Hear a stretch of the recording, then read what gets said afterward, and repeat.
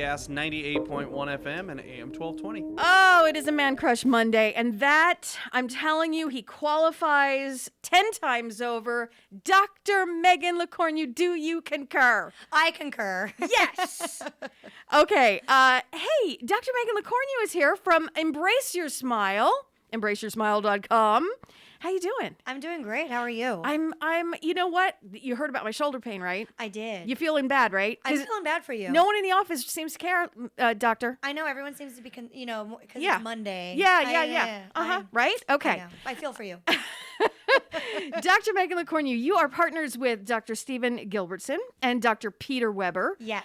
Among the three of you, 75 years of orthodontic experience. Wow, when you say that out loud, that takes me back. Well, it's Yes. combined. It's combined. That's true. It's all three of you. Yep. I know one thing that everyone seems to love. You get a lot of reviews online, and the thing that stands out online is that you make sure, you guys in the office, and I'm sure your front staff has a lot to do with this, you make sure people get in and nobody's time is wasted. Yes, that is honestly one of our biggest goals.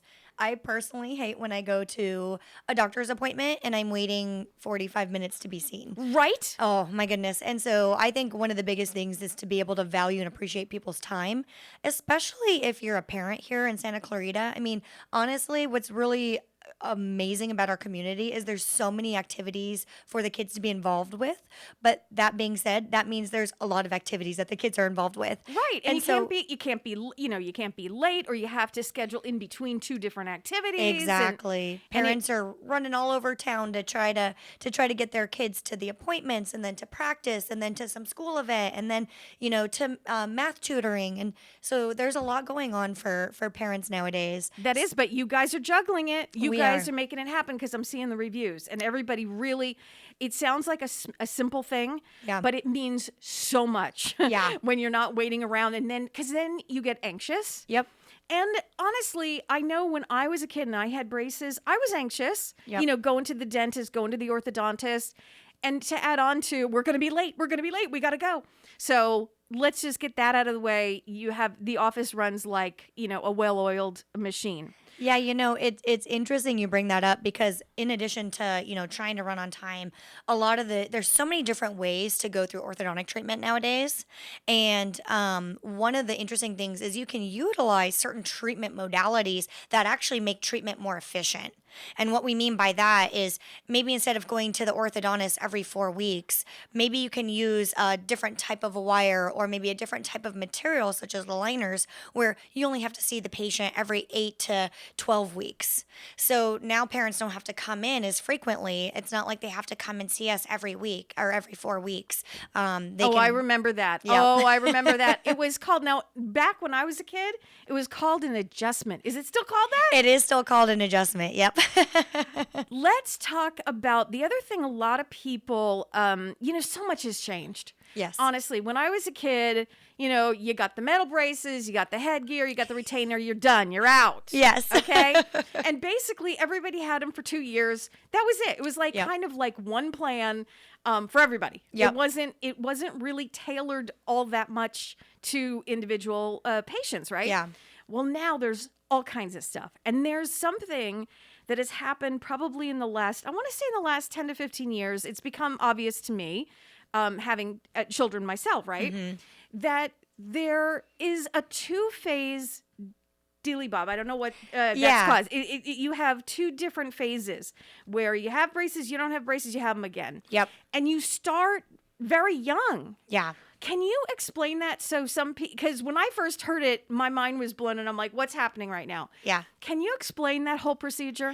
Yeah, so it's really interesting. One of the big changes is we have done a lot to study the growth and development of jaws, okay?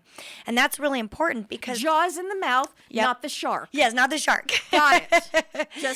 Just making sure we all understand. Yeah, so with that information, we're able to modify the growth of the jaws at different time periods. So our upper jaw or our maxilla, the growth of that jaw is best to be adjusted or to be modified before the age of 10 and a half. It kind of follows the other squamous bones in our body, okay? And so it's easiest to intervene because the palatine suture fuses at 10 and a half typically for most people. So doing any growth modification before 10 and a half is much more easier for the patient. That being said, for the bottom jaw, the best time to modify the growth of the bottom jaw is at the pubertal growth spurt. The growth of the bottom jaw follows the growth pattern of the long bones in a child. So at that pubertal growth spurt, that's when we get the biggest change. So that's when we can modify it the most. So that makes a very interesting situation because you can modify the growth of the top jaw at one time and modify the growth of the bottom jaw really at another time. So if someone comes in with a top jaw problem, and these are patients that have like a cross bite where their top jaw is too skinny, or they have an underbite where their top jaw hasn't grown forward enough, the best time to treat those patients is before 10 and a half. And 10 and okay, so and 10, see, that's when I think I got them in 4th grade, which is I think around 10 years old. Yep. That's when I got them, but it was just a one-time deal. Like, 2 years you're in, you're finished, and everybody had the same braces. Everybody went once a month, and it was completely different. Do you find, because now when you have this kind of a treatment plan, where they have braces, you take them, you put them back, and you do this two kind of tier thing, do you find that adults coming, like let's say I came to you, because I know you just don't, your patients aren't just kids, they're adults as well, right? Yes. So let's say I come to you, I've had braces, but I had braces, 1,000 years ago, and it was just that one time.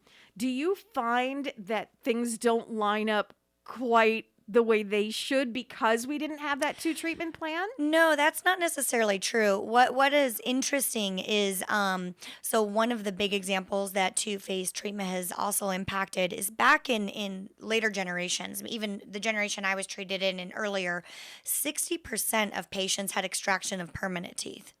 Nowadays, we're down to 22 to 24%. In our practice, we're around 14%. And the reason for that is with that growth modification I was describing, we're actually able to change the width of the jaw and make more space for the permanent teeth.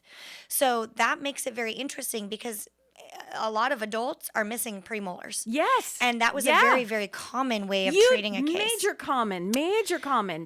Teeth out, braces in. Yep. Yes. So now with our understanding of anatomy and even things like airway, there's a lot of information out there about sleep apnea and our airway and not constricting the airway space too much. All this information is coming forward and it's making us more inclined to expand and make more space to keep all of the permanent teeth.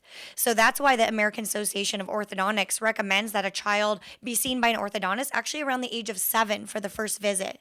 And what we're looking for is if there's any growth issues that we do need to intervene early. And again, when I mentioned to you that, we like to see them before 10 and a half for growth modification of the top jaw, if we're going to be doing that before 10 and a half, we usually need to start treatment around 8 in those situations. Okay, another question, because we're looking now at 2nd grade, 7 years old.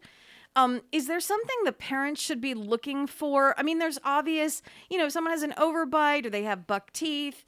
That's what we called them when I was a kid. Do you still call them buck teeth? But yes. Okay. Well, I don't, but patients do. Patients do. Okay. Or if you have an underbite, something that's obvious. Yeah. That's easy for the parent to see and get treated. But is there anything we should look for that's kind of subtle that we need to get the kids in around 7 years old to you?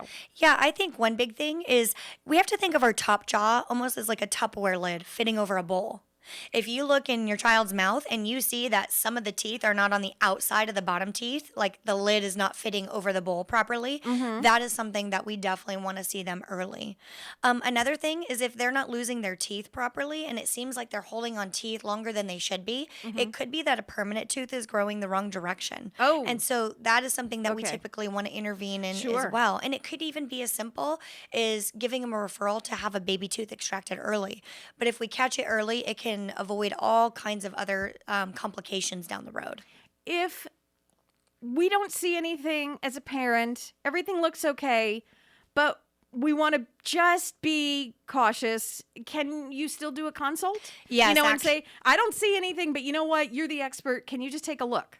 Yeah, actually, that's really smart because a lot of the things that we're looking for are actually in the x-ray. So Oh, we take an okay. x-ray that looks at the development of the teeth and the eruption path of the teeth. This x-ray is very different than the x-ray you get with your general dentist or with a child's pediatric dentist. The dentist, they're looking for cavities. So that's Sure. why they're taking x-rays. We're taking x-rays to look at how teeth are developing, how jaws are growing. So we're looking at something very different. So I think it's really smart to at least get an evaluation.